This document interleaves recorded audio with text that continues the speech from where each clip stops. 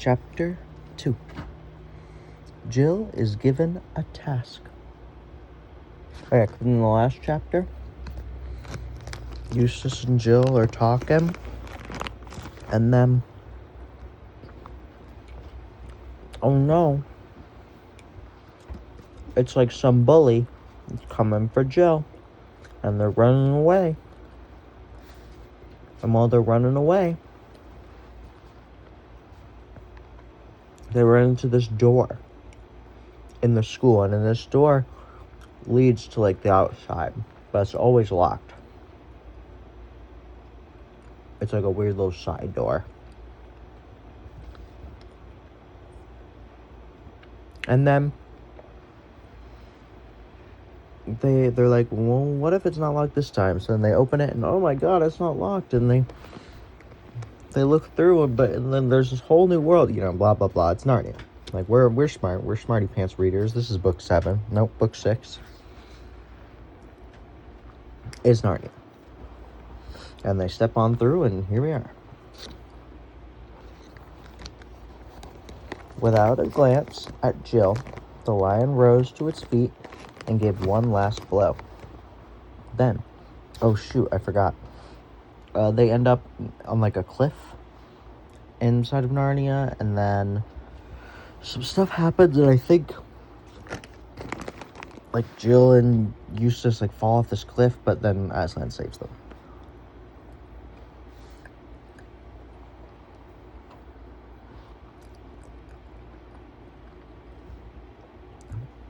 Without a glance at Jill, the lion rose to its feet and gave one last blow. Then, as if satisfied with its work, it turned and stalked slowly away, back into the forest. It must be a dream. It must, said Jill to herself. I'll wake up in a moment, but it wasn't, and she didn't. I do wish we'd never come to this dreadful place, said Jill. I don't believe Scrub knew any more about it than I do. Or if he did, he had no business bringing me here without warning me what it was like. It's not my fault he fell over that cliff. If he had left me alone, we should both be all right. Then she remembered again the scream that Scrub had given when he fell, and burst into tears. Crying is all right in its way while it lasts, but you have to stop sooner or later, and then you still have to decide what to do. When Jill stopped, she found she was dreadfully thirsty. She had been lying face downward, and now she sat up. The birds had ceased singing, and there was perfect silence except for one small persistent sound, which seemed to come from a good distance away. She listened carefully, and felt almost sure it was the sound of running water. Jill got up and looked around her very carefully. There was no sign of the lion, but there were so many trees about it that it might easily be quite close without her seeing it. For all she knew, there might be several lions, but her thirst was very bad now, and she plucked up her courage to go and look for that running water. She went on tiptoes, stealing cautiously from tree to tree, and stopping to peer round her every step. The wood was so still that it was not difficult to decide where the sound was coming from. It grew clearer every moment, and sooner than expected, she came to an open glade and saw the stream, bright as glass, running across the turf a stone's throw away from her. But although the sight of the water made her feel 10 times thirstier than before, she didn't rush forward and drink. She stood as still as if she had been turned into stone, and her mouth wide open. But she had very good reason. Just on that side of the stream lay the lion. It lay with its head raised and its 2 forepaws out in front of it, like the lions in Trafalgar Square. She knew at once that it had seen her, for its eyes looked straight into her for a moment, and then turned away, as if it knew her quite well and didn't think much of her. If I ran away, it'll be after me in a moment, thought Jill, and if I go on, I shall run straight into its mouth. Anyway, she couldn't have moved if she had tried, and she couldn't take her eyes off of it. How long this lasted, she could not be sure. It seemed like hours, and the thirst became so bad that she almost felt that she would not mind being eaten. by the lion if only she could be sure of getting a mouthful of water first. "If you're thirsty, you may drink." Those were the first words that she had heard since Scrub had spoken to her on the edge of the cliff. For a second, she stared here and there, wondering who had spoken. Then the voice said again, "If you are thirsty, come and drink." And of course, she remembered what Scrub had said about animals talking in the other world, and realized that this was the lion speaking.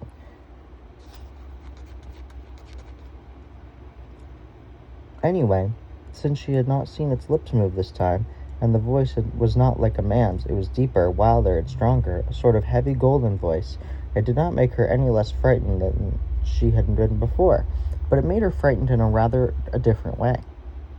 "Are you not thirsty?" said the lion. "I'm dying of thirst," said Jill. "Then drink," said the lion. Could I? Would you mind going away while I do?" said Jill. The lion answered this only by a look and a very low growl, and as Jill gazed at its motionless bulk, she realized that she might as well have asked the whole mountain to move aside for her convenience. The delicious rippling noise of the stream was driving her near frantic. "Will you promise not to do anything to me if I do come?" said Jill. "I make no promise," said the lion. Jill was so thirsty now that without noticing it, she had come to step nearer. "Do you eat girls?" she said. "I have swallowed up boys and girls, women and men, kings and emperors, cities and realms," said the lion. It didn't say this as if it were boasting, nor as if it were sorry, nor if it were hungry. It just said it. "I daren't come and drink," said Jill. "Then you will die of thirst," said the lion. "Oh dear," said Jill, coming another step nearer. "I suppose I must go and look for another stream then." "There is no other stream," said the lion. It never occurred to Jill to disbelieve the lion. No one who could see his stern face could do that, and her mind suddenly made itself up. It was the worst thing she had ever had to do, but she went forward to the stream, knelt down, and began scooping up water in her hand. It was the coldest, most refreshing before she had ever tasted. You didn't need to drink much of it, for it quenched your thirst at once. Before she tasted it, she had intending to make a dash away from the lion in the moment she had finished. Now she realized that this would be, on the whole, the most dangerous of all. She got up and stood there with her lips still wet from drinking. "Come here," said the lion, and she had to. She was almost between its front paws now, looking straight into its face. But she couldn't stand that for long. She dropped her eyes. "Human child," said the lion. "Where is the boy?" "He fell over the cliff," said Jill, and added, "Sir." She didn't know what else to call him, and it sounded cheek to call him nothing. "How did he come to do that, human child?" "He was trying to stop me from falling, sir." "Why were you so near the edge, human child?" "I was showing off, sir." "That is a very good answer, human child. Say no more." And now, here for the first time, the lion's face became a little less stern. "The boy is safe. I have blown him to Narnia, but your task will be the harder because of what you have done." "Please, what task, sir?" said Jill. "The task for which I called you and him here out of your own world." This puzzled Jill very much. "It's mistaking me for someone else," she thought. She didn't dare to tell the lion this, thought she felt things would go into a dreadful muddle unless she did. "Speak your thought, human child," said the lion. "I was wondering, I mean, could there be some mistake? Because nobody called me, and Scrub, you know, it was me who would ask to come here. Scrub said we were to call to somebody. It was a name I wouldn't know, and perhaps that somebody would let us in, and we did, and then we found the door open." "You would not have called me unless I had been calling to you," said the lion. "Then you are somebody, sir?" said Jill. "I am.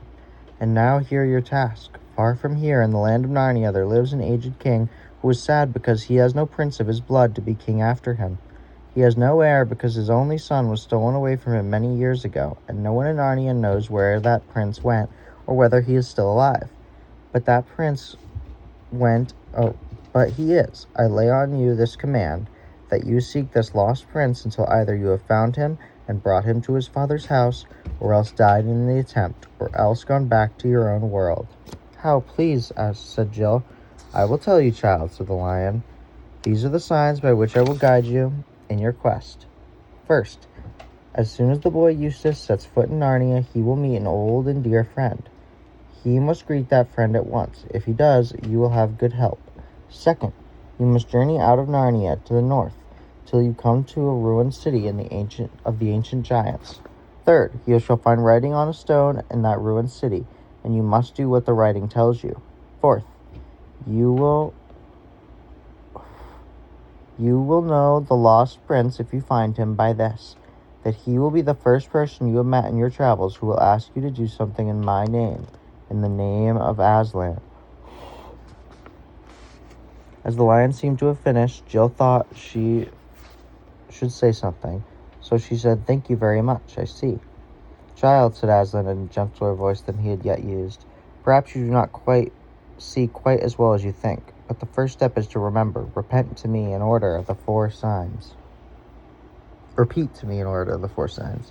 Jill tried and didn't get them quite right, so the lion corrected her and made her